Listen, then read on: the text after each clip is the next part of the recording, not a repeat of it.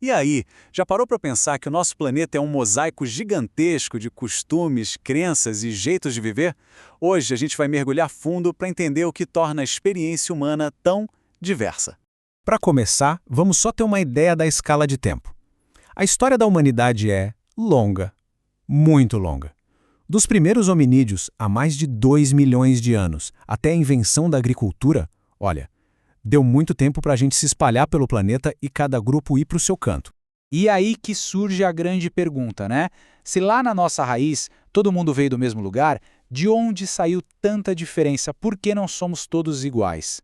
Então, vamos começar pelo começo. Como é que essa diversidade toda aparece na nossa vida no dia a dia? Sabe quando a gente se depara com um costume diferente? Uma comida, uma crença que não é a nossa? A primeira reação é quase sempre uma mistura de fascínio com um certo choque. É aquela hora que a gente pensa, nossa, que interessante. Ou então, ué, mas por que fazem as coisas desse jeito? Pois é, e é bem nessa hora, nesse susto com o que é diferente, que uma tendência bem humana e bem perigosa pode dar as caras. Essa tendência tem nome: etnocentrismo. É aquela mania de achar que o meu grupo, o meu jeito de ver o mundo, é o centro de tudo, sabe? E que todo o resto tem que ser medido e julgado pela minha régua. É o que faz a gente pensar que o nosso jeito é o certo e o do outro, bom, é o errado. E olha, essa ideia está longe de ser algo bobo e inofensivo. Ao longo da história, essa crença de que uma cultura era superior às outras foi usada para justificar colonização, violência, tudo isso que a gente vê nessa imagem do século XIX. A lógica era assustadoramente simples. Se a minha cultura é superior, eu tenho todo o direito de impô-la aos outros. O X da questão é o seguinte: o etnocentrismo, na sua essência, é não aceitar que a diversidade é a regra e não a exceção. É basicamente fechar os olhos para toda a riqueza que existe nessas 1001 formas de ser humano. Para a gente entender isso na prática, tem uma anedota búlgara que é perfeita. Imagina só, um czar que achava normal caçar homens, mas quando ficou sabendo que outros caçavam borboletas, achou aquilo um absurdo, uma barbárie. E aqui que está o pulo do gato. A gente fica ali apontando o dedo, julgando o que o outro faz de esquisito, mas esquece de uma coisa.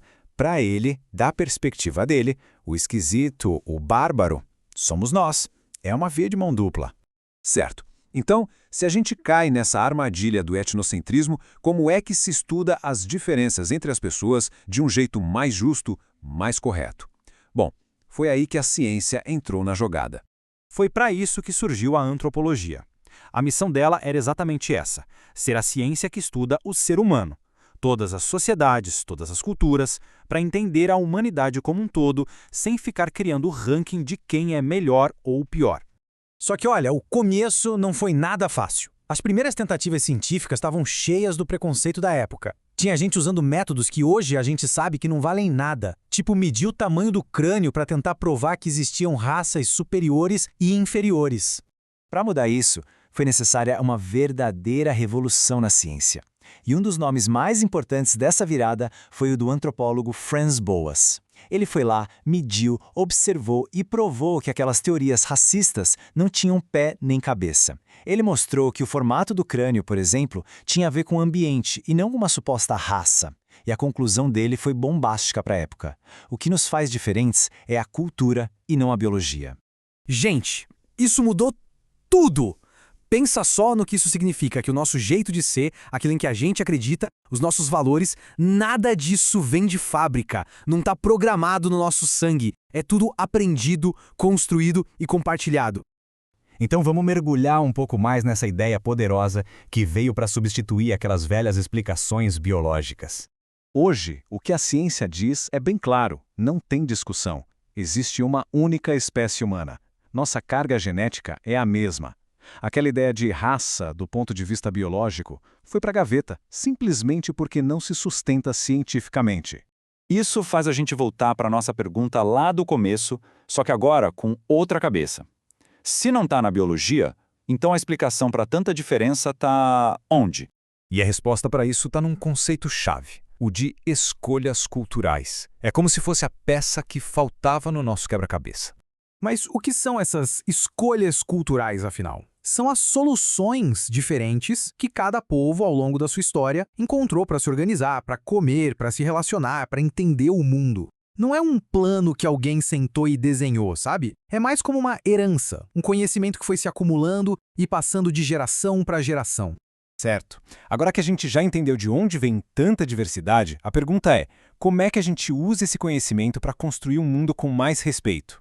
Para isso, a gente precisa entender dois conceitos que andam de mãos dadas. De um lado, a identidade. É aquilo que une um grupo, que cria o sentimento de nós. Do outro lado, a alteridade, que é basicamente o reconhecimento do outro, daquele que é diferente. É a consciência de que existe um eles. O respeito de verdade aparece quando a gente consegue colocar essas duas coisas na balança. Quando a gente consegue fortalecer o nosso sentimento de nós sem precisar anular o outro.